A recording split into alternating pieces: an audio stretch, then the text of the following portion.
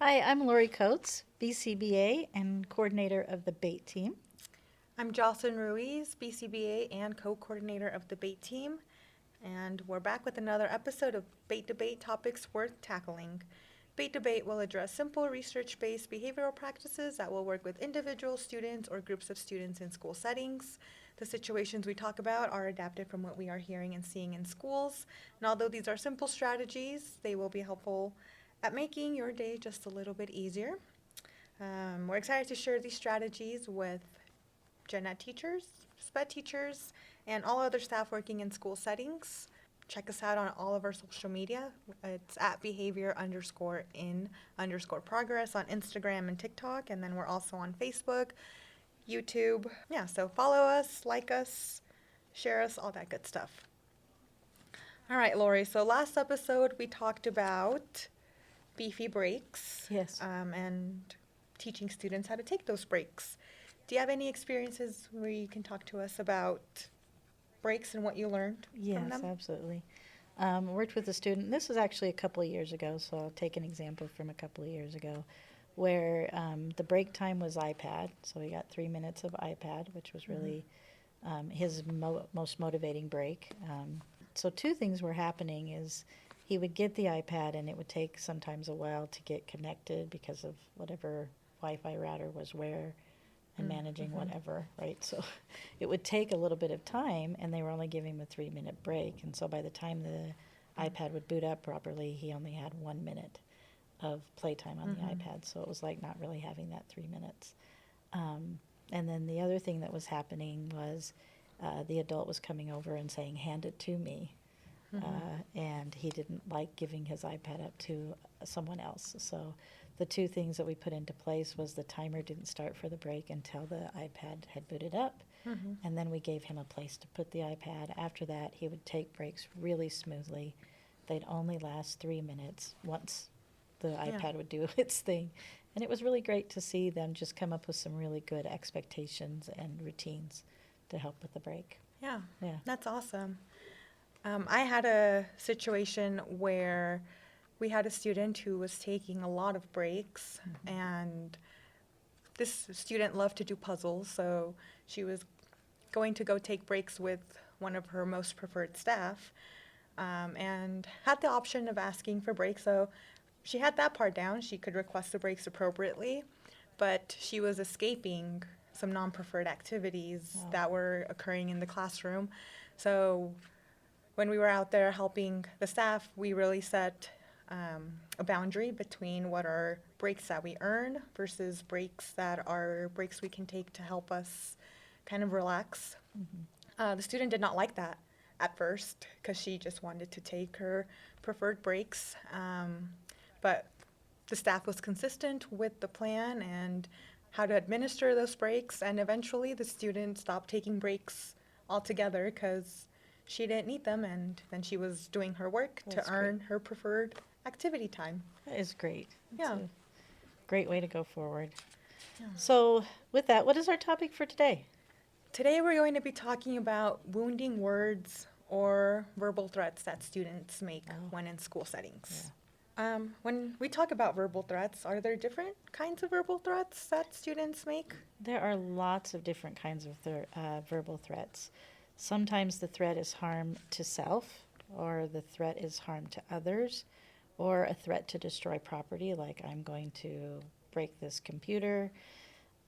Some threats are low level and either less likely to cause harm or even occur. For instance, we had a very young child not too long ago, I think he was 7, and he was threatening to drive his car into the school. And everybody was like, this is a terroristic threat. And I was like, well, the student can't drive and doesn't have a car, so I think we're going to be okay. Yeah. Other threats the school are lower level, they may be more concerning and possibly could lead to a more serious harm. An example of this may be a student standing next to a target student or staff and indicating that they're going to hurt them. So I'm, standing next to Johnny and I have my fist up and I say I'm going to hit him. That's a little bit of a higher level threat that can possibly happen. When the threat occurs, the first thing to do is quickly assess the immediate threat level. So whether this is more of a low-level threat or a higher-level threat, and what the likelihood of that occurring is. So that's the very first thing that people need to do. So when they're confronted with threats that are immediate and have a potential to cause harm, what should staff do? Staff should follow the district protocol for those immediate threats and ensure that any vulnerable individuals are not in harm's way. Yes. We also should evaluate the severity of those threats. If we've evaluated that they're higher level threats, then we can get our school psychologists involved or our admin and conduct risk assessments to determine the level of severity of these threats. So if after doing those assessments, we've determined that the threats are low level, how should we respond? Well, with a lower level threat, it may be appropriate to disregard what the student is saying at the moment, because the student is probably escalated. They're dysregulated. They're not able to control everything that's going on. So if the threat's a little bit lower, then you would probably disregard and remove tension for those kinds of things. So disregarding the threat, is it a good idea? Some people ask me that question. Yes. Yes. Sometimes it is a good idea. Students will sometimes make threats because they've received a reaction from the threats in the past, and they're trying to get a similar reaction from staff. So kind of going back to functions of behavior, the student might be making those threats simply to get attention from staff and get that reaction out of them. Right. So in those instances, it's better to ignore or disregard those threats.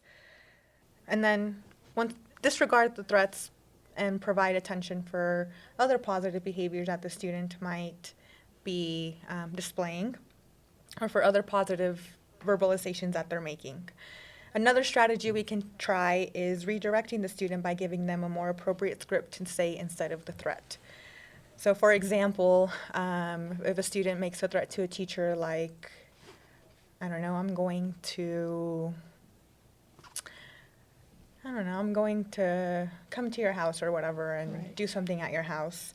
We can give them a different script to say. So something like, I'm mad at you would be Right. a more appropriate way for them to communicate their feelings towards staff without making a threat to Right. staff. So giving them those scripts and more appropriate ways for them to express their feelings. That's a good idea. What are some suggestions for teachers or other staff when the low-level threats feel higher, and how can they cope with their own emotional response? Well, I think the first thing is always to remember not to take it personally, right? This threat isn't about you. It's more about your role. Be sure to talk to your admin or another trusted colleague.